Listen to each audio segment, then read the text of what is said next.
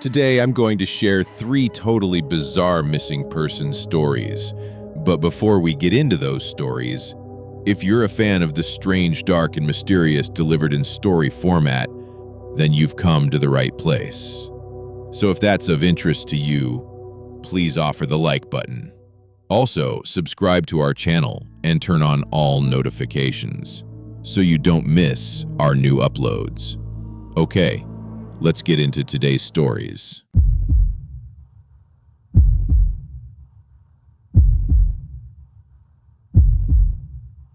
On the afternoon of October 11th, 2016, a middle-aged man named Carlos Herrera Sr. entered the visitation area of a prison in Venezuela. The room sort of looked like a high school cafeteria, tables and chairs everywhere for inmates and visitors to sit and have their meetings. At one table was a bedraggled-looking prisoner he had come to meet. As he got closer, he saw the inmate looked terrible. His cheekbones were sticking out. He was emaciated, bloodied, bruised, with bandages on his arm. He also noticed the guards around the room, lining the walls and exits, were clearly uncomfortable as the meeting was about to begin. Juan had a good idea why. For the past month, this prison had been on lockdown. A gang had risen up, overpowered the guards, and completely taken over. And during that time, people had died. It was a horrific month. Only in the last few days had guards managed to regain control. Juan knew this not just from the news, but because his own son, Juan Jr., was serving time in this prison for robbery. He had been there for the past year. But Juan Sr. wasn't coming to visit his son. He was here to visit someone else. Because during the riot, Juan Jr. had vanished. Juan Sr. had called prison officials, politicians, anyone he could think of, trying to find out what happened. But nobody had answers. Finally, this one prisoner, the man he was meeting today, agreed to come forward and tell Juan Sr. what he knew about what happened to Juan Jr. And so Juan sat down at this table with this prisoner, and after the two of them introduced themselves, very quickly Juan Sr. said, "Please, tell me what happened to my son. Where is he?" But this prisoner he was talking to didn't immediately get into sort of a clear story about Juan Jr. This guy began talking about a totally separate prisoner, a man named Doran Vargas. Vargas was notorious across Venezuela for a series of brutal murders he committed that ultimately put him in this prison. And during this recent riot at this prison, it was Vargas and his gang that rose up and took over. Vargas was in charge, effectively, of the riot. And so even though he was terrorizing people and brutalizing people and was very much responsible for the deaths of multiple inmates, he also at the same time did have to make sure that, the people he was in charge of, albeit illegally, had enough food. They had enough supplies. They had the things they needed to survive. And so again, he's sort of dictatorial and awful, but also, ensuring people have basic resources. And so Juan Sr. is listening to this man sort of lay this out about Vargas and sort of how he was in control during this riot. And Juan Sr. is like, "I just don't get it. Why are you explaining the nuances of what he was doing during the riot?" And this prisoner very quickly pointed to the bandage on his arm and kind of pointed at all of his injuries that were very obvious. And he told Juan Sr. that if anybody got in the way of Vargas while he was in charge during this riot, they were basically beaten to within an inch of their lives. And again, in some cases, people were killed. I mean, this was a brutal regime. And so Juan Sr. is like, "Oh my goodness, is that what happened to my son? Was he beaten like you by Vargas?" But at that point, the prisoner just shook his head and said, "No." And then he looked down And almost like he couldn't make eye contact with Juan Sr., he just said, "What happened to your son was much worse." The prisoner would tell Juan Sr. that at some point during the riot, his son, Juan Jr., was tapped by Vargas to help with something. Now, it's not clear if Jr. went willingly or he was coerced, but we know that basically everybody had to do what Vargas asked them to do, otherwise they would be beaten or even killed. And so ultimately, Jr. agrees to help Vargas. And the thing he was tapped to help Vargas with was distributing food to the inmates. Because remember, despite how brutal Vargas was, he was in charge of providing basic necessities to all the inmates. And because of this riot, the prison had been locked down, and so food supplies had been restricted. Inmates were beginning to starve. There's this big food shortage, and so Junior was told, "Hey, you need to help us provide food to these inmates." So Junior basically agreed to do it, at which point he was informed exactly what role he was playing in finding food.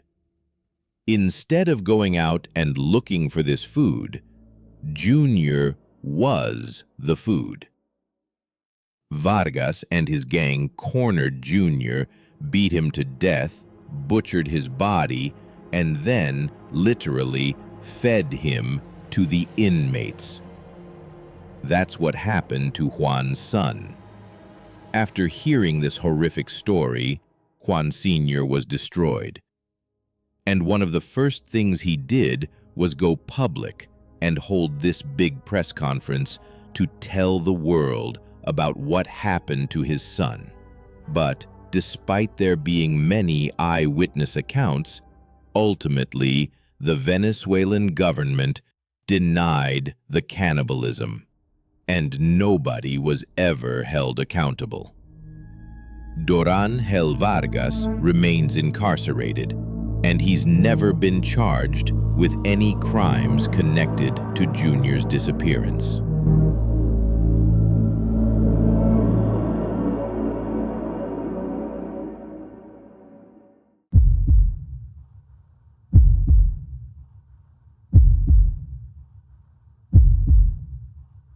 At around 8 p.m. on August 19, 1962, a 12-year-old boy named Raimundo Marfadilva sat near the fireplace in the main room of a shack in rural Brazil.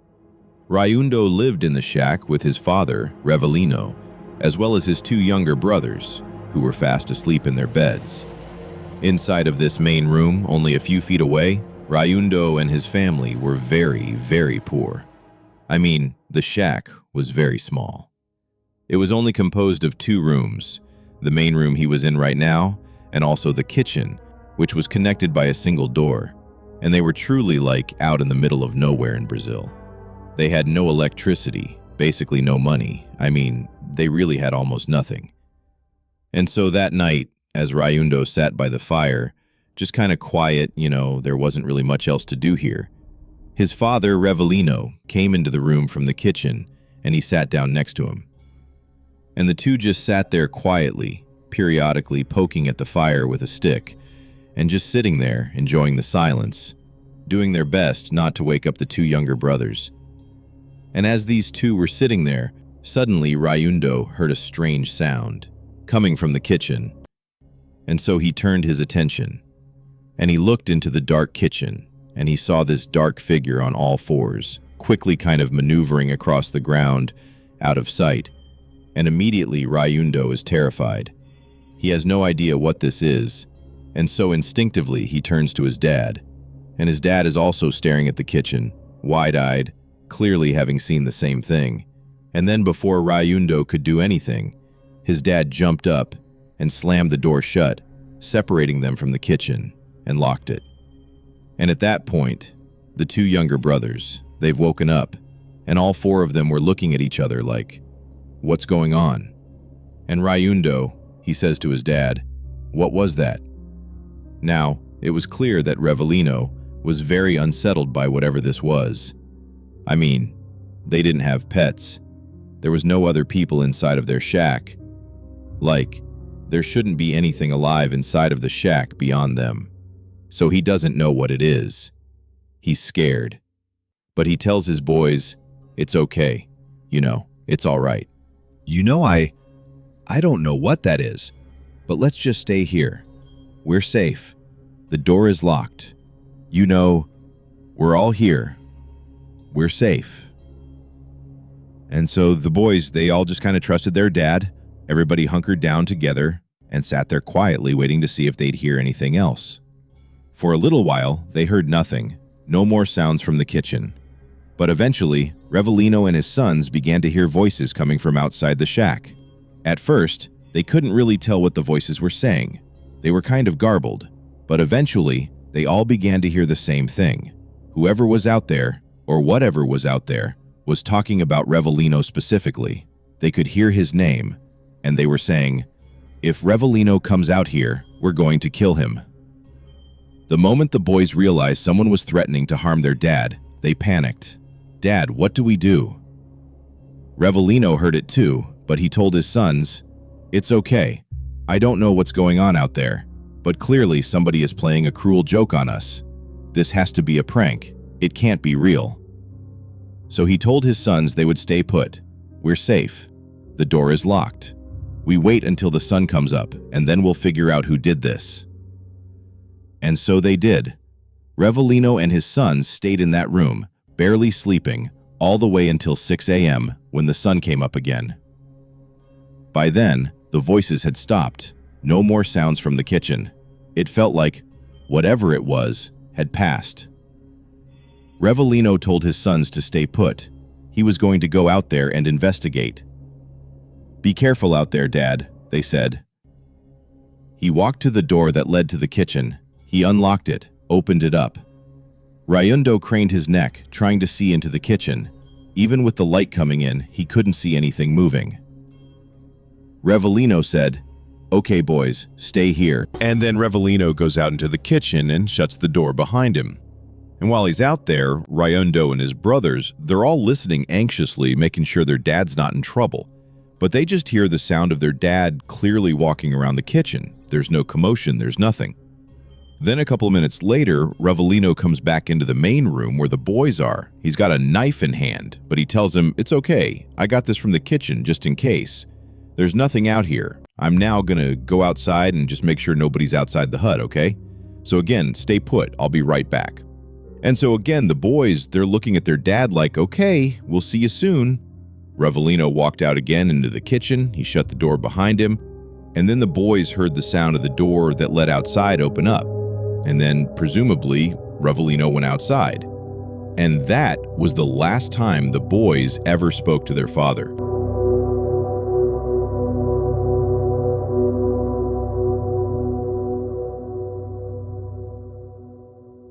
Six months later, on March 10th, 1963, 5 men were out hunting in the wilderness not far from Rayundo's family's shack.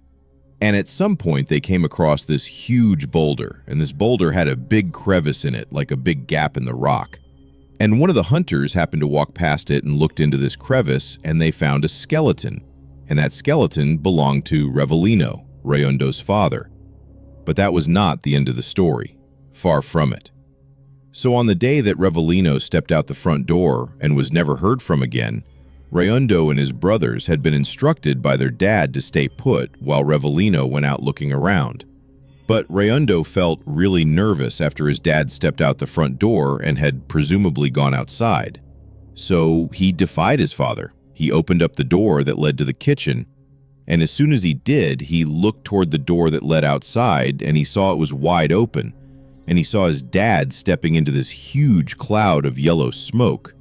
And amidst this smoke were these cylindrical objects that were floating in the air, spinning around in a circle, seemingly spitting out the smoke. And Rayundo, he had no idea what he was looking at, but he saw his dad just kind of walking into this cloud. And then the smoke got so bad it totally obscured his dad. His dad was gone. And so Rayundo yelled out for his dad, like, "Dad, where are you going?" And he charged toward his father to try to stop him. He just felt like, "You can't go out there." But as soon as Rayundo went out into the yellow smoke, the smoke just dissipated.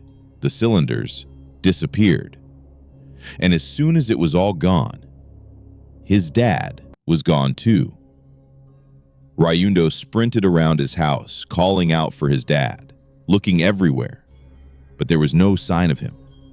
And so quickly, Rayundo and his brothers alerted authorities, and they launched the search for him, and for days, they combed the area near that boulder as well, and they couldn't find Revelino. And so eventually, they abandoned the search. And then, 6 months later, his body was magically found in that crevice.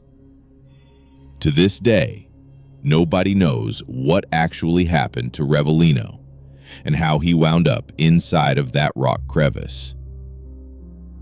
Also, people have no idea what that dark figure was skittering across their kitchen floor the night before Revelino went missing, or who those voices were threatening to kill Revelino, or the objects that Rayundo apparently saw floating in the sky, spitting out yellow smoke.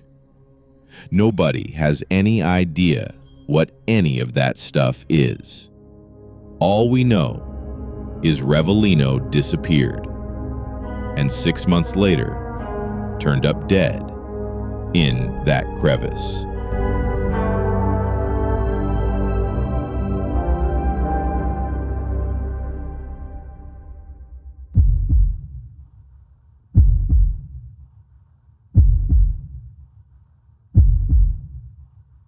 On the afternoon of June 1st, 2018, 36-year-old Luis Garcia headed into Mexico City to meet up with his older brother. The two of them were very close. They had been through a lot together. When Luis was 14 years old and his older brother was 15, their parents had gone through a really messy divorce. And during it, their father had just walked out on them, and they never saw him again. Shortly after that, their mother remarried, and her new husband moved in with the family. And shortly after that, their mother just vanished. And the boys, they asked their stepfather, "Where is she? Where's she gone?" But the stepdad would say, "I don't know. She went out on an errand and she never came back." And the boys, they were very suspicious of their stepfather because this did not feel like something their mom would do. She would not abandon them. But just a couple of days after their mom disappeared, their stepfather disappeared too. And so all of a sudden, these teenage boys are just left to fend for themselves. Now, the boys would contact police, and specifically they said, "Hey, we think something happened to our mom. We think maybe our stepdad had something to do with it. Everybody's abandoned us." And the police would launch an investigation. They went looking for their mother, but they couldn't find her. And they couldn't find the stepfather or the biological father. And so, after the police wound down their investigation, the two boys, again, they've been orphaned now. They learned to fend for themselves. But they never stopped looking for their mom. For nearly 2 decades, they continued to search Mexico City for their mother. And they just could never get any sort of closure. They really didn't know what happened to her. And so today, the two brothers had met up not to go looking for their mom, but instead to meet at their childhood home. After their mother and stepfather and their biological father had abandoned them, the two boys had lived in the childhood home on their own, fending for themselves. And there's still photos on the wall, old family photos, and there's all these memories that come rushing back, many of which are very sad and troubling. But the brothers, they're having a good time just kind of going down memory lane. And at some point they decide, okay, you know what? Not only are we going to clean this place out, but also there's some basic renovations that really need to happen here. Like the place has been sitting here for years, it's sort of fallen into disrepair. Let's fix this place up. And so over the next couple of days, they would call in some contractors to begin to do some basic renovations in the house while the brothers continued to clean it up and pack things up and sort of get it ready for whatever it was going to be.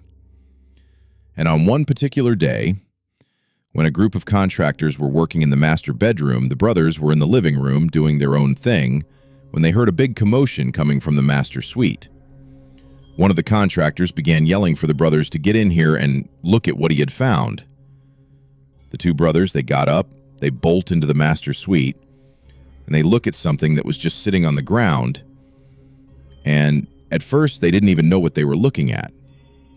But then the contractor, after composing himself, told them what it was.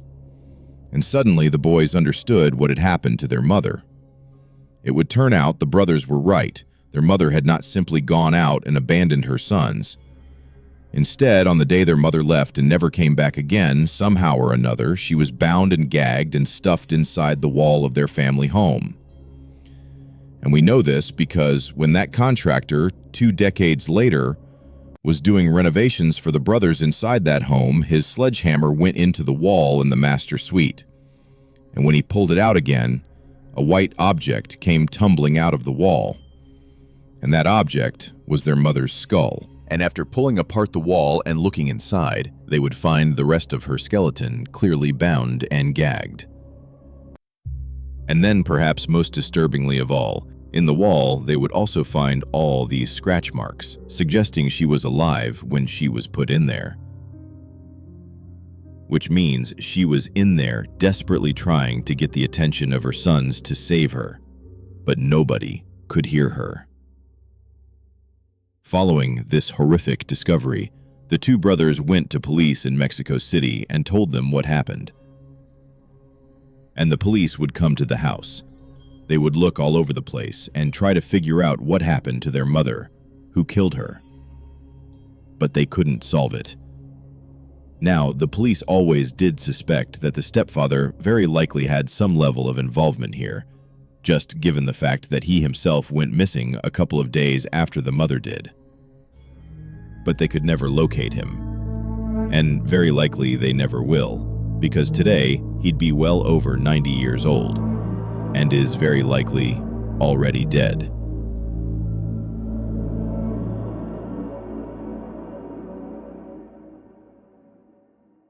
Thank you so much for watching. Let me know what you thought of today's episode in the comments. All right, until next time, see ya.